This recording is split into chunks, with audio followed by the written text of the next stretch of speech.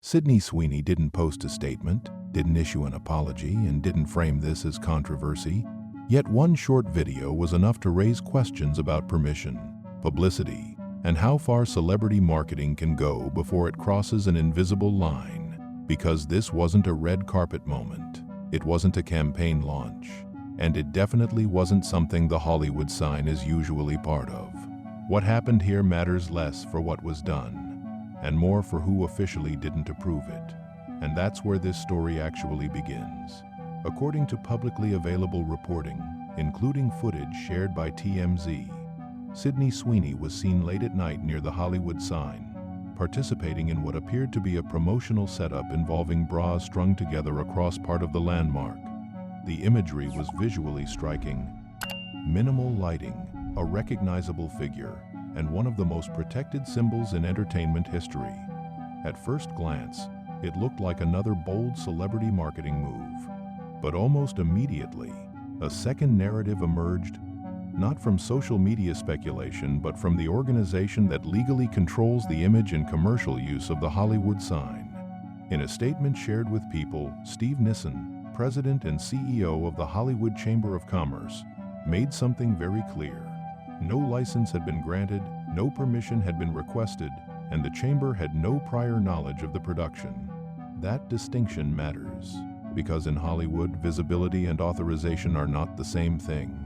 So how does a production appear to have permits, yet still be described as not authorized?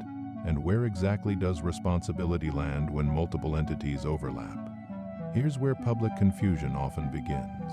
According to TMZ's reporting, Sweeney's team did obtain a permit from Film LA, the organization that handles filming permissions throughout Los Angeles. On the surface, that sounds definitive. But Film LA permits are location-specific and activity-specific, and they don't automatically grant rights to intellectual property owned by another entity. The Hollywood sign isn't just a hillside landmark.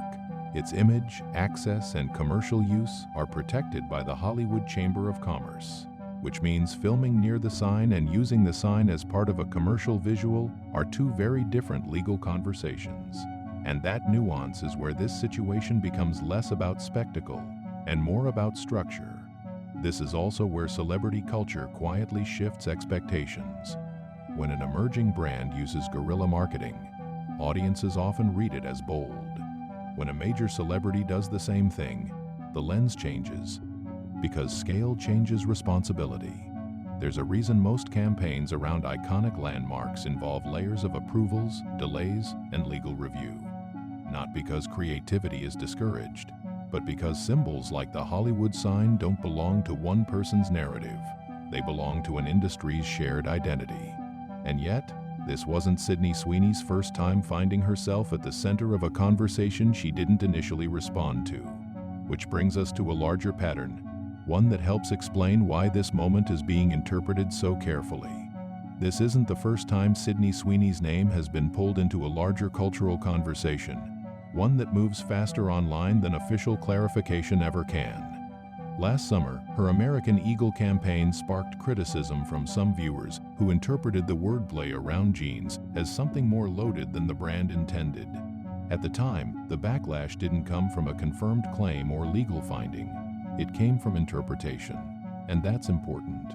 Because in both situations, the core issue wasn't an action alone. It was how that action was framed once it left its original context. Months after the American Eagle campaign launched, Sweeney addressed the situation in an interview with People, expressing surprise at how the message had been received and emphasizing that she did not support the interpretations being assigned to her. Her response wasn't defensive, it wasn't dismissive, it was explanatory and notably delayed. That timing tells us something. So why wait to respond at all? And why does silence in some cases actually slow controversy instead of escalating it? In celebrity media cycles, silence is often mistaken for avoidance, but in practice, it's frequently the opposite. When public figures respond too quickly, they risk validating incomplete narratives, especially when facts are still emerging or being clarified by third parties. In this case, the most consequential statements didn't come from Sydney Sweeney herself. They came from institutions. The Hollywood Chamber of Commerce clarified their position. TMZ documented what was visible. People contextualized official responses. Together, those pieces formed a fuller picture without requiring immediate personal commentary. That separation matters for monetization-safe coverage because it keeps the focus on verified actions and statements, not speculation. There's also a broader industry reality at play. Publicity stunts are no longer judged solely on creativity. They're judged on compliance, optics, and perceived intent. And when a celebrity is linked to a potential brand launch, every move is read through a commercial lens, even if no product has officially been announced. So what might have once been seen as edgy promotion is now filtered through questions like, who approved this? Who benefits from the visibility? And who carries responsibility if boundaries weren't clearly defined? Those questions don't accuse, but they do reframe, which leads to the part most headlines gloss over: what actually happens next in situations like this. Some coverage has loosely suggested that Sweeney could face legal consequences. But according to publicly available information, no police report has been confirmed, and no formal legal action has been announced by the Hollywood Chamber of Commerce. That distinction is critical, because could and will are not the same thing, and responsible reporting lives in that space between possibility and confirmation.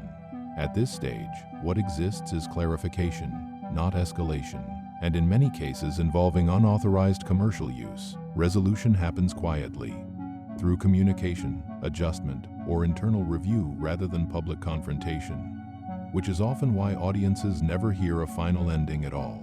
This is where algorithmic storytelling and real-world outcomes diverge.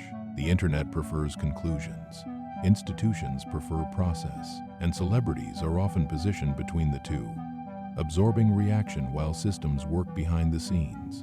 Understanding that difference doesn't remove accountability, but it does restore proportion.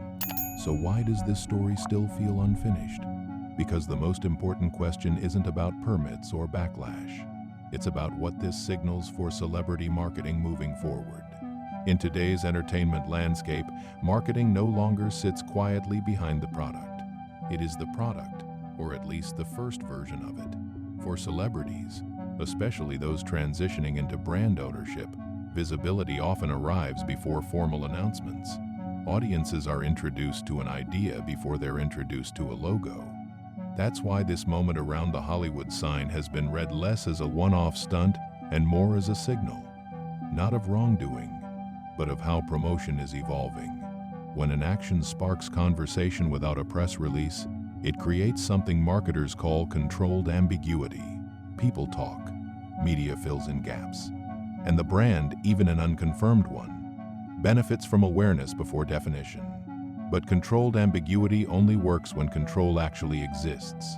So what happens when the structure underneath the spectacle pushes back? The Hollywood sign isn't just a backdrop, it's an institution with boundaries. And when those boundaries are publicly reaffirmed, it shifts the tone of the conversation. The Hollywood Chamber of Commerce's statement didn't attack, it didn't accuse, it clarified. And clarification is powerful because it reframes the story from celebrity behavior to systemic rules. This is a recurring theme in modern celebrity culture. Visibility moves faster than infrastructure, and institutions respond by reminding the public where lines exist.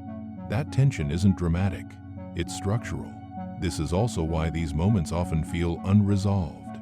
There's no dramatic fallout, no public punishment, no viral apology video.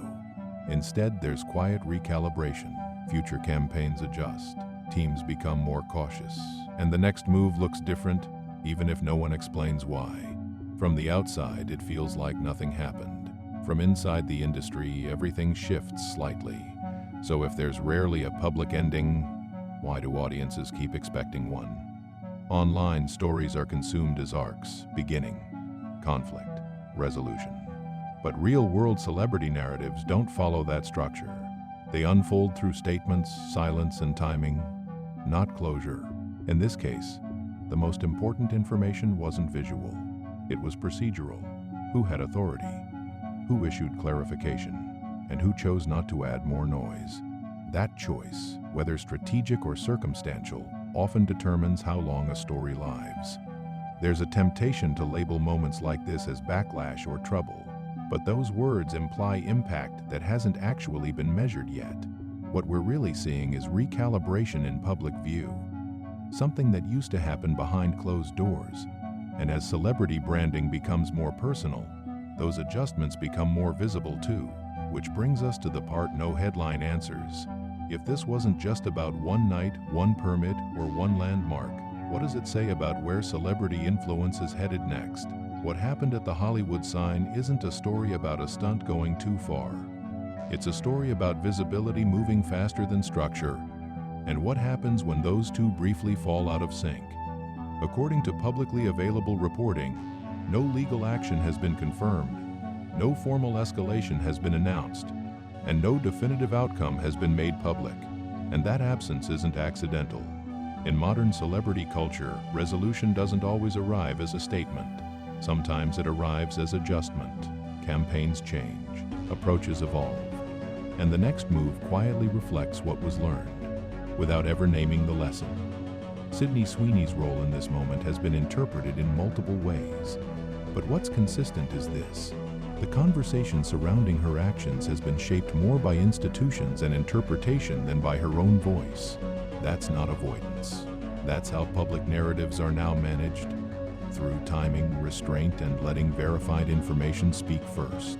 Understanding that doesn't mean endorsing or criticizing the act itself. It means recognizing how influence, responsibility, and branding now intersect in real time. So here's the question this video intentionally leaves open. When celebrities begin launching brands through visibility before confirmation, who sets the boundaries? The individual creating attention, or the institutions tasked with protecting shared symbols? That question doesn't end with this story. It carries into what comes next. If you're interested in how celebrity branding is changing, and why moments like this are becoming more common rather than rare, the next video looks at how soft launches and controlled ambiguity are reshaping Hollywood marketing from the inside out. No speculation, no dramatization, just context. Because in today's entertainment industry, what's left unsaid often matters more than what goes viral.